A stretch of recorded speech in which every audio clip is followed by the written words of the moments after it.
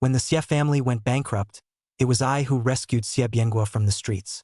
I gave my all to help her, even handing over my entire fortune to Xie Biangu.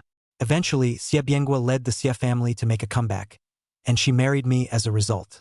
The former campus goddess had actually become my wife, and I was so overjoyed that I revolved around her every day.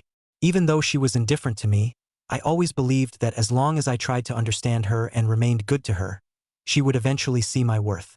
As usual, while picking her up from work, I was suddenly ambushed by a group of people demanding money and threatening my life. I knelt on the ground, begging her desperately to run and not worry about me. Yet, Xie Biangu held another man's clothes and scolded me for disturbing him. I stared at that piece of clothing for a long time. Fists rained down on me, and I had no strength to fight back. Yet I remembered every detail of that garment. Lying on the hospital bed, I gazed at the ceiling, my nerves aching as if someone had yanked them. The scars on my body can heal quickly, but my memories will never be erased. Xie Biangu, is this the reason you refuse to get close to me? Xie Biangu has been a cold and aloof goddess since childhood. Fair-skinned and beautiful, but she spoke little, and no one had ever seen her smile. Some people even reached out to grab her, preventing her from leaving, just to get her contact information. From childhood to adulthood, countless people have admired her, but those who truly got close to her could be counted on one hand. I remember that day quite vividly. My wife, Xie Biangu, would blush with shy indignation at the slightest touch, her pure and aloof demeanor suddenly taking on a hint of allure in that moment. I couldn't take my eyes off her. From then on, a woman took up residence in the depths of my heart. But after marriage, Xie Biangu never wanted to get close to me. Every day, she either confined herself to her workbench or stayed in the study without ever coming out. I could tolerate it before, but now that we're married, you still expect me to sleep alone. I completely lost my patience and stormed into her office while she was at work. You can't go in, hey, you can't go in there. Ignoring the secretary's attempts to stop me, I walked straight in. As soon as the door opened, I saw my usually cold and unsmiling wife, her eyes and brows brimming with laughter, gently stroking the man who lay asleep on her lap. Her hands carefully traced the man's nose and lips, her gaze tender. Even when I had been arguing with the secretaries outside for so long, she remained indifferent. Just like now, even as I stood almost right in front of her, Xie Biangu still refused to lift her head and look at me. A surge of nameless fury rushed up my throat.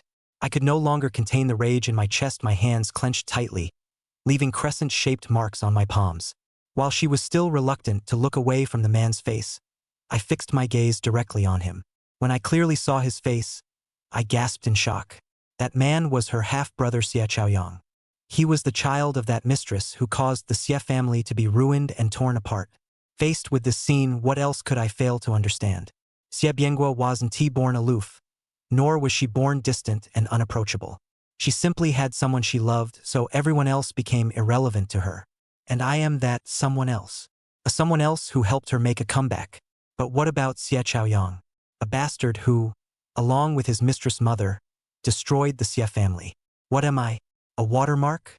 I stood by her side for a long time, but Xie Biangu seemed not to see me at all, never turning her head. After waiting for her in agony for half an hour, I completely lost hope.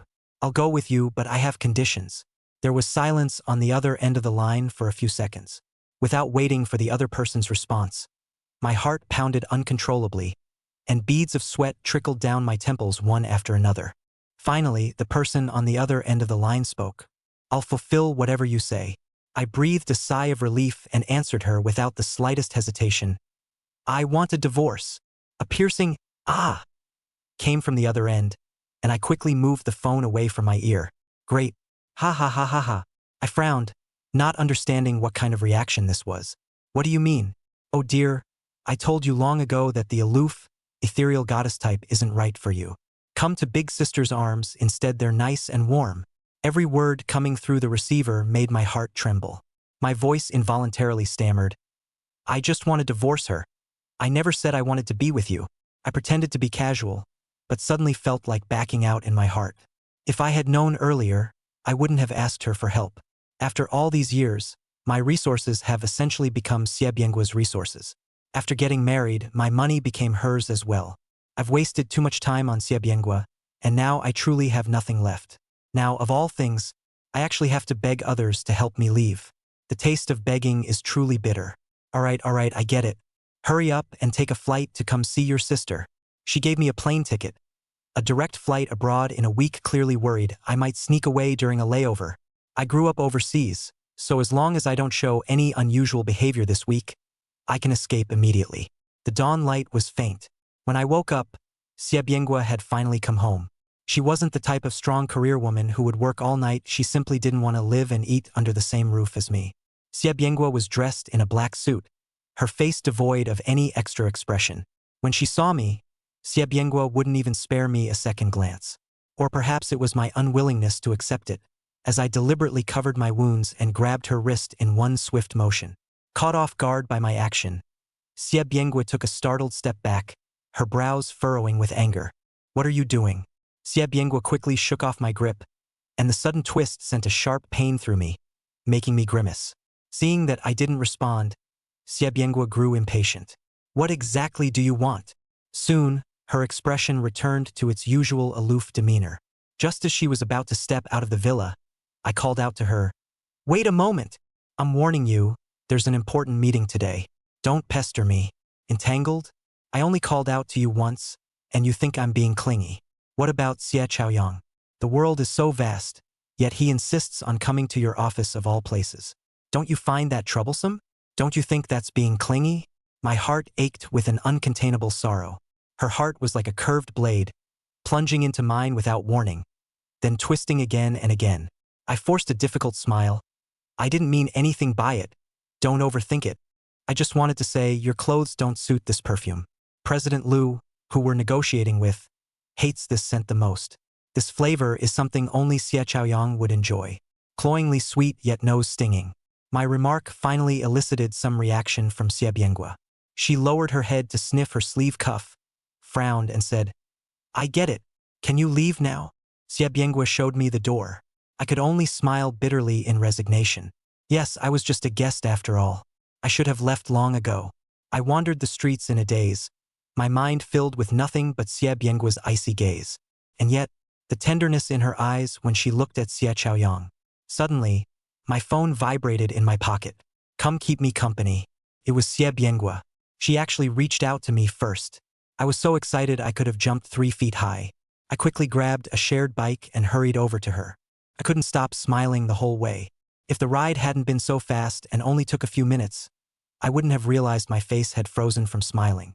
We agreed it was time to end things, but when you smiled at me again, I still couldn't help but run to you.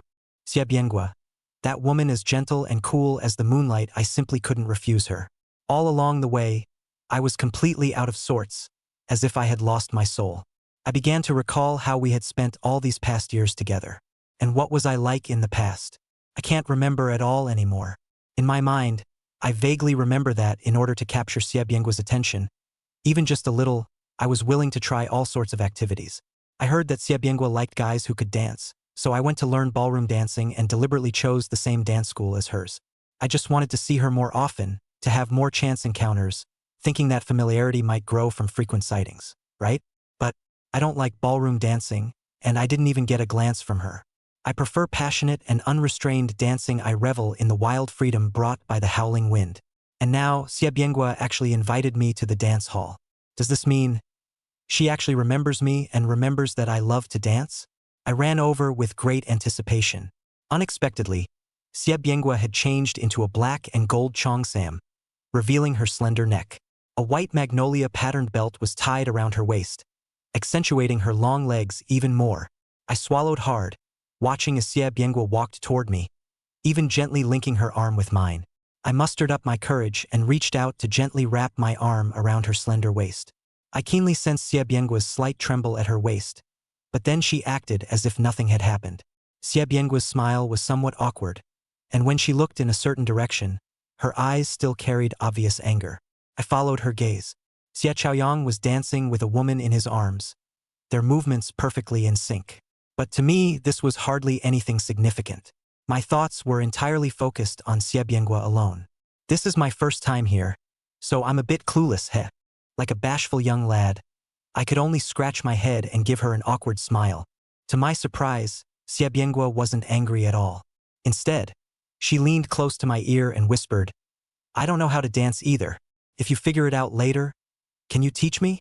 I grinned foolishly. Hehe, sure. With my arm around her waist, I guided her through the crowd as we gracefully danced to the melodious classical music. Under the dim golden light, my gaze upon her gradually grew hazy with emotion. This might be an opportunity for me to mend our marital relationship. Our bodies swayed with the rhythm of the music. Suddenly, bang, a figure squeezed between us, and a sharp pain shot across my neck. The next moment, I heard the sound of shattered glass falling beside my ear. Then there's no need to save her. In my dazed state, I heard Xie Biangu's icy, bone-chilling voice. What's there left to save? Are you giving up on saving me? Before losing consciousness, I saw Xie Zhaoyang lunging at me like a madman, smashing a liquor bottle against my head. Shards of glass cut my face, the blood stinging my eyes. Even the surrounding strangers would exclaim in surprise. But what about her? She still had to force herself to calmly check Xie Zhaoyang's condition. One hand wasn't enough, she had to turn it over repeatedly, examining it carefully, and even insisted on taking him to the hospital for a full body checkup before Xie Biangu could finally rest assured. What about me? Collapsed right in front of you. None of my pain made Xie Biangu feel even a hint of heartache. Not even for a moment. My head is splitting with pain. When I woke up, Xie Biangu was sitting upright on the sofa. Click. Xie Zhaoyang arrived, his face covered in stubble and his eyes hollow. But the moment he saw Xie Biangu, his entire being instantly brightened. His arm was still wrapped in bandages, with faint traces of blood seeping through. "I'm sorry, Aguo, I didn't know he was your husband. Just a few words, just a title. Was it really so hard for you to say? Or is it that you simply refuse to acknowledge Xie Biangu and me as husband and wife?" I gritted my teeth in hatred. I thought there might be some shady men trying to stop talking for now. To my surprise, Xie Biangu's eyes actually showed a flicker of other emotions, reigniting a glimmer of hope in my heart. "Sit down, let me take care of you." Xie Biangu's voice was chillingly cold, a stark contrast to her usual gentle demeanor towards Xie Zhaoyang. Xie Biangu was an exceptionally perceptive woman. The moment she saw Xie Zhaoyang's wound, her eyes overflowed with heartache. She carefully unwrapped the bandage, her delicate hands gently holding his wrist. I immediately sat up in a hurry, but the movement was too abrupt, and I couldn't help coughing a few times. Xie Biangu's expression instantly turned grave, but she still refused to spare me another glance. "Can you please stop making noise? You're really getting in the way of me treating Zhaoyang's wounds." I smiled, feeling utterly miserable inside. "Honey, but I'm suffering too." Perhaps disapproving of how I addressed her, Xie Biangu simply ignored me. Only after tending to Xie Zhaoyang's wounds did Xie Biangu remember this was my hospital room, so she didn't outright tell me to get out. I really should be grateful to her. She chose to directly accuse me. "You're the one who got Brother Zhaoyang all bandaged up? Isn't it normal for him to feel unwell?" In just one sentence, I actually sensed she was acting coquettishly towards Xie Zhaoyang. Of course, it wasn't just me who noticed. Who made our Guagua so angry? Xie Zhaoyang gently patted her head. My breath caught. Xie Biangu hated it when anyone touched her hair. Even the slightest contact would make her so disgusted she'd immediately go wash it again. At this moment, Xie Biangu, upon hearing the man's words, froze slightly, her eyes gradually turning red. "Brother, so you still care about me?"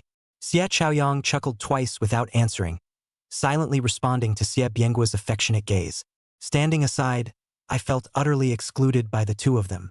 I turned to leave, only to find many eyes suddenly appearing outside. They were all reporters. They had heard about the situation between me and Xie Biangu, which originally wasn't a big deal. But Xie Zhaoyang's violent outburst directly brought this swarm of entertainment reporters out of the woodwork. Oh, no wonder. I laughed at myself mockingly. "So it was because you two were afraid of being caught alone together by these people. That's why you came to my hospital room, exchanging those lingering, amorous glances. I never thought I'd actually become the watermark for you two." My knuckles gradually turned white, and at this moment, I truly wished I could slap myself. Ignoring the still unhealed wound, this was also the first time I didn't greet Xie Biangu and simply pushed the door open. The reporters filed in one after another, while I focused solely on striding forward. Before I knew it, I had actually walked to the bar I used to frequent. As soon as Singer Wang saw me, he immediately came over to greet me. "How have you been lately? Back in the day, I was always giving you advice on how to chase the goddess." Heard you two got together? I downed a bottle of alcohol in one gulp and casually wiped the liquor dripping from the corner of my mouth. Nah, what makes you think that? You think I'm good enough for her? Brother Wang grabbed my arm and advised, drink less. Come on. I'll take you to chat with some girls. Whatever's troubling you, we'll sort it out. Glancing at the lively scene of dancing and music around me, I hesitated to speak. In the end, I followed him to change seats. My gaze swept over the dancers around me, and a faint smile curled at the corner of my lips as I casually wrapped an arm around one of their slender waists. She was born with a seductive charm, but no matter how I looked at her, I just couldn't stand her. What are you laughing at? Laughing at me for being a cheap slut? Throwing myself at someone just to be their watermark? The dancer shoved me away. Are you out of your mind? Hey, hey, hey. Brother Wang immediately grabbed my hand and warned, You watch yourself. Look towards the 11 o'clock direction. My body stiffened, and I slowly raised my gaze in the direction he pointed. Standing gracefully at the entrance. Who else could it be but her? The surroundings were bustling with activity, yet I spotted her at a glance. Xie Biangu was unusually composed. With her hands clasped in front of her, she stood quietly at the entrance, staring at me. Would she really come to a place like this? I was utterly astonished. Xie Biangu rubbed her nose, trying to acclimate to the surroundings, and slowly walked toward me.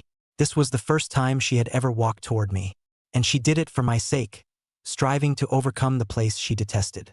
My heart felt warm, and seeing her like this, I was even at a loss for what to do. Xie Biangu stopped in front of me. Don't overthink it, but you need to apologize to Brother Zhaoyang for this. You were too cruel to him. A bucket of cold water poured over me from head to toe. 06. I made up my mind I must divorce Xie Biangu.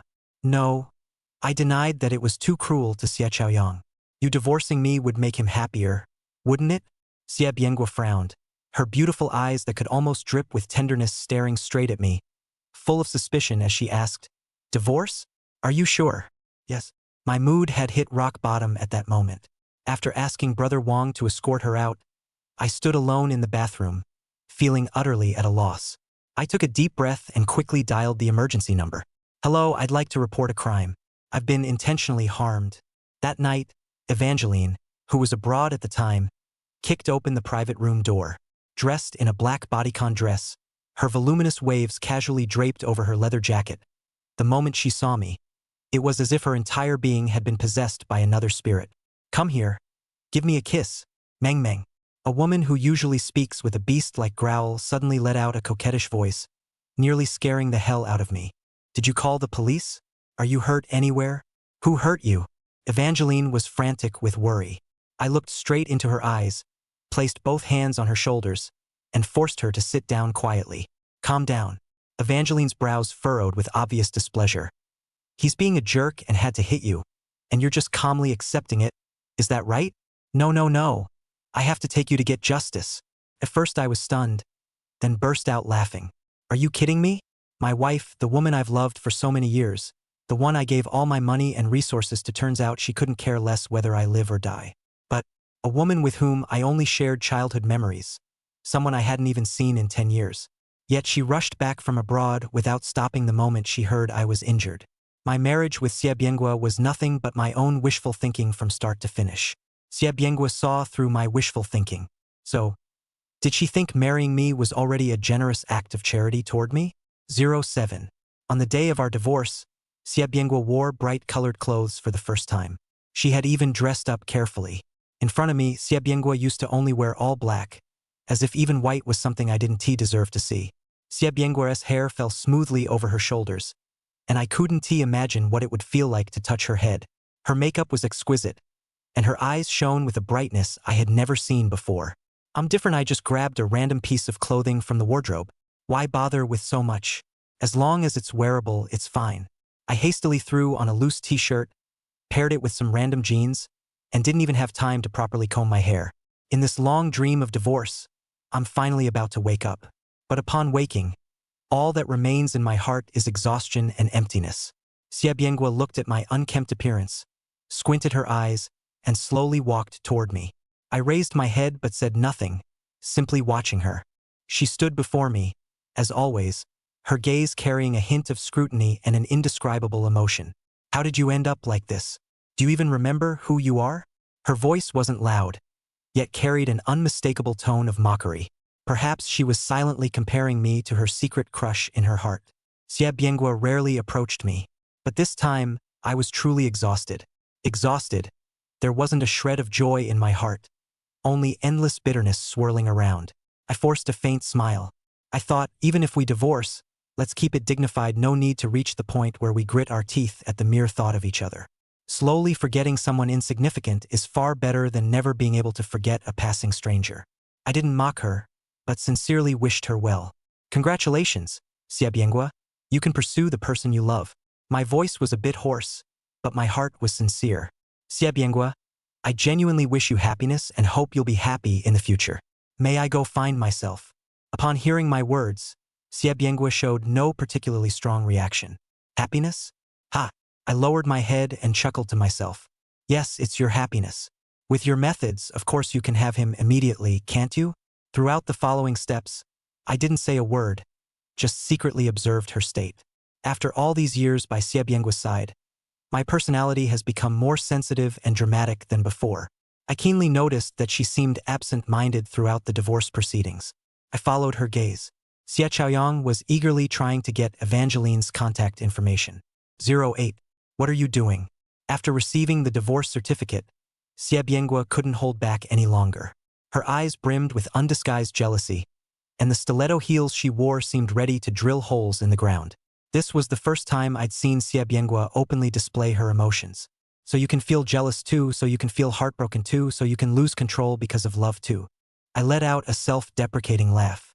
Evangeline immediately took small, quick steps toward me as soon as she saw me. Meng Meng, Meng Meng.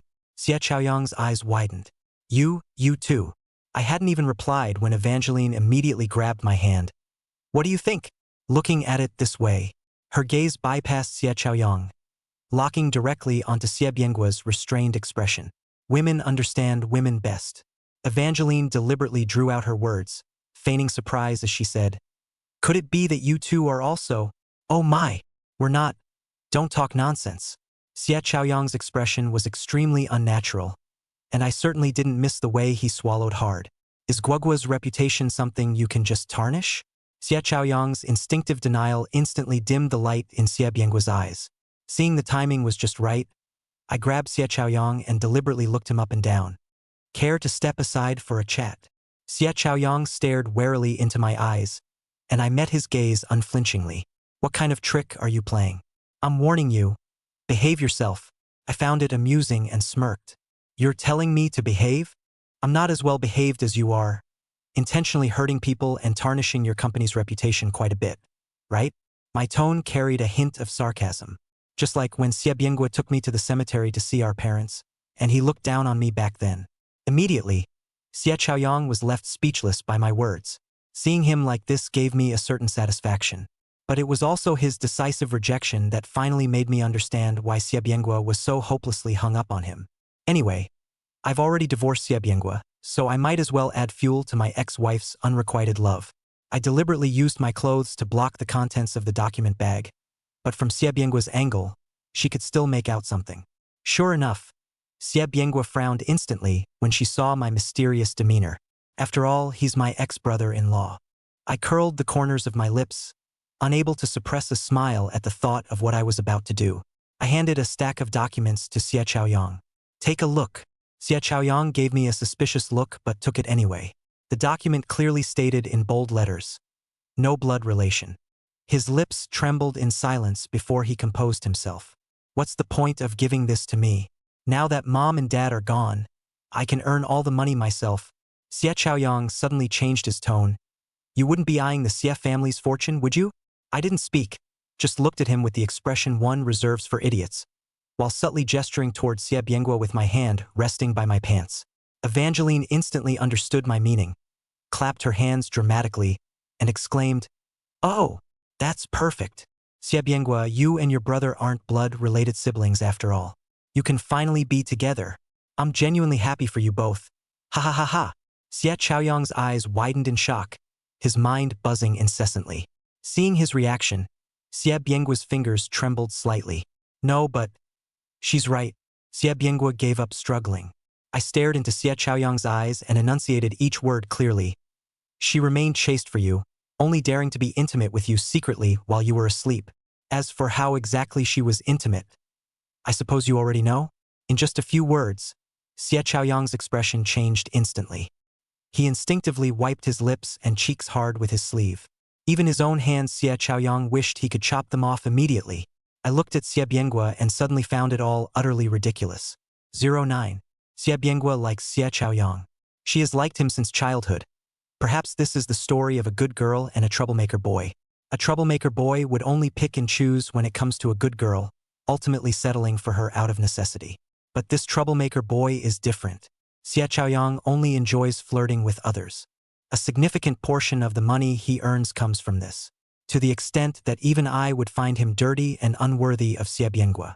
But unfortunately, Xie Biangu believes Xie Zhaoyang is the best person in the world and insists on remaining chaste for him. Otherwise, she wouldn't be worthy of Xie Zhaoyang. How ridiculous!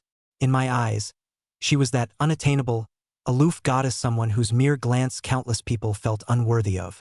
Yet she actually believed herself unworthy of a man so utterly filthy. I couldn't hold back any longer and blurted out all the thoughts in my heart. Xie Biangu immediately became displeased. Did I ever ask you to like me? Then why did you marry me if you don't love me? I roared. Have I been too good to you? How dare you raise your voice at me? Xie Biangu frowned in displeasure. Don't change the subject, ex-wife sister. Evangeline never forgot her purpose for coming here.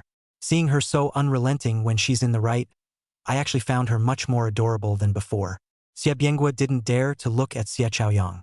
From childhood to adulthood, what she feared most was confessing her feelings to Xie Zhaoyang. First, she feared the scolding and punishment from her family. Second, she feared the resentment of her deceased mother. Third, she feared losing Xie Zhaoyang forever. But she didn't know that Xie Zhaoyang had also liked her. Only, it was the kind of passing fancy where one walks through a garden of flowers without a single petal sticking to them. I turned to leave, and Xie Zhaoyang finally snapped out of it, calling out to me, "Hey, you're just going to leave like that?" I didn't even look back. I'm a free person now. What does it matter to you where I go? Evangeline, let's go. Xie Biangu went berserk, hurling curses at our retreating figures. You did this on purpose. You deliberately stirred up trouble between us. Your goal was to make us exhaust ourselves with infighting. You're just coveting our family's wealth. Oh, really? I couldn't be bothered with them. But Evangeline was different. With a cheeky grin, she yelled at them, "But you really do like Xie Zhaoyang, don't you? Didn't you just admit it?" 10. These past few days, I've been taking Evangeline to handle various procedures.